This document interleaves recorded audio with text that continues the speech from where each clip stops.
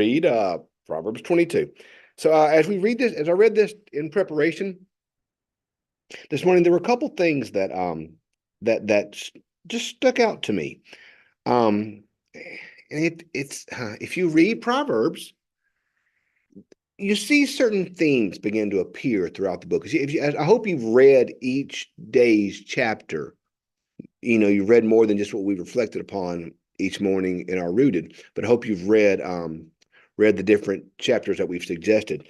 And if you're like me, you probably notice some themes come through in Proverbs. You notice to be teachable.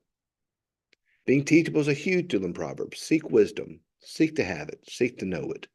You've seen a lot of teachings about how we talk, how we use our language, how we get angry, things such as that. But you've probably seen, if you're like me, you've seen a lot of teachings on money. A lot of teachings on money in Proverbs. It's a consistent thing because I mean, if you think about it, when I tell couples when they get married, when I do premarital counseling with couples, I tell them that they're going to have conflict in three areas, and I call them the three F's: family, finances, and faith.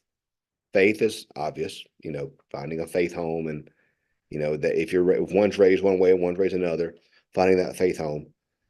Family is going to be your family of origin, the family you came from. 95% of your conflict in marriage comes from the fact that your mamas did it differently, and so whose mama was right. And then the other one is going to be finances.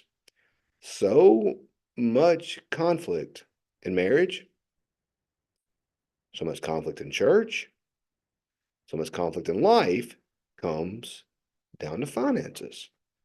So I think it's appropriate that Proverbs gives us some good advice on finances. Be cautious with debt. Don't. Today we read if you read Dave, listen to Dave Ramsey, Proverbs 22:7. The rich rule over the poor, and the borrower is slave to the lender. So be very cautious with taking on debt. That Proverbs warns against it. The borrower is slave to the lender. But we see in Proverbs the notion that God is not a God who the rich may have advantages or worked hard or whatever. But verse 2 today says in chapter 22, verse 2, the rich and the poor have this in common. The Lord is the maker of them all. So you see this notion, verse 9, those who are generous will be blessed, for they share their bread with the poor. Verse 22, do not rob the poor, because they are poor, or crush the afflicted at the gate. For the Lord pleads their cause and defends the life of them who despoil them. So we see there in this notion that, yes, be wise with your money, be careful with your money, but use your money well. Do not use it to harm the poor. Do not use it to hurt the poor. And in fact, quite the opposite, verse 9, those who are generous are blessed. John Wesley is a man that many admire for many reasons. Being a United Methodist, obviously I admire Wesley. But one of my favorite things about Wesley is, and there's debate if this is true or not, but there's a thesis called Halvey's thesis, which suggests that the reason why the United Kingdom did not fall into revolution in the days of Wesley, like in America or like in the continent, was because of John Wesley's work with the poor. John Wesley basically helped create the middle class in England by his work with the poor. John Wesley did so much for the poor. He wrote a book called The Primitive Physique, which was a book of home remedies for those who were sick and couldn't afford to go to the doctor. He started schools. He had a great sermon called On the Use of Money, where Wesley put forth these three rules for the people called Methodist: to earn all you can, save all you can, and give all you can. John Wesley said, if I die with a pound in my pocket, I have robbed God. So Wesley understood that individuals should earn all you can through honest and legal work. He said, earn as much as you can. Work hard. Wesley believed in work. He said, save all you can. Wesley had a great fear of debt. His father was placed in debtor's prison. In England, in Wesley's day, they had what was called debtor's prison, where if you owed your debt, you couldn't pay them. They put you in jail. And you could leave to go work, but you had to come back at night and stay in debtor's prison. John Wesley's father was placed in debtor's prison. So that scarred Wesley. And so Wesley wanted people to have reserves. He wanted that to happen so that they would be safe. But he said, you earn all you can and you save all you can so that you could give all you can. For Wesley, that was the point of earning and saving, was to give. You didn't earn for earning's sake. You didn't give. You didn't save for saving's sake. You earned and you saved so that you could give. That's what John Wesley believed how money should be used. And I think that really is a great teaching that we see from Proverbs today. So you see so many passages in Proverbs about earning, working hard, saving your money.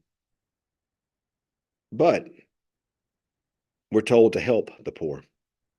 Verse 16, oppressing the poor in order to enrich, oppressing the poor in order to enrich oneself and give it to the rich will only lead to loss.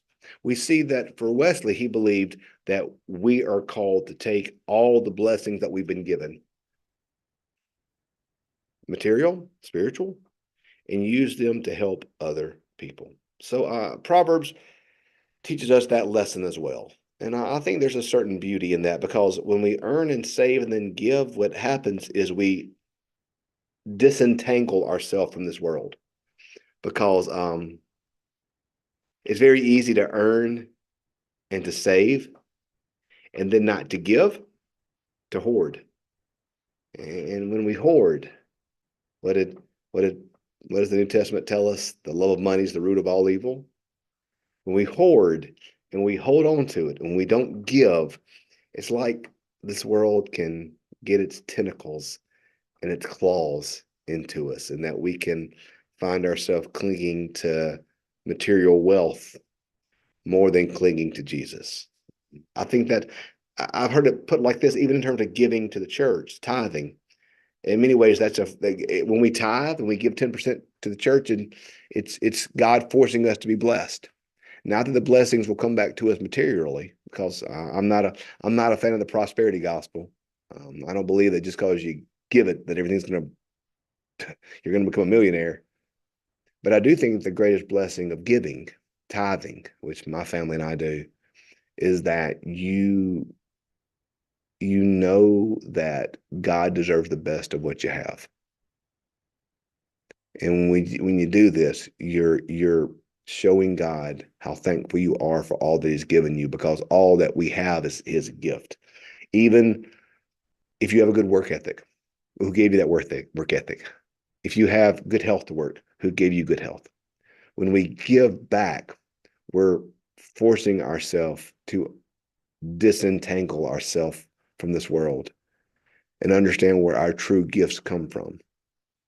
So money is a constant word in Proverbs. So as we think about our life this week, as we think about how we use our resources and our gifts, I would encourage us to keep our eye on what Proverbs teaches us, to use our money well, to use our money to help others, to use our money to do good in the world, to not get tangled up into the wealth of this world, but to use all that we have to be a blessing to other people, and do all we can to point others to the goodness of God. So Proverbs is full of some great words for us, and I hope that today we can hear what the teacher longs to say to us in Proverbs 22.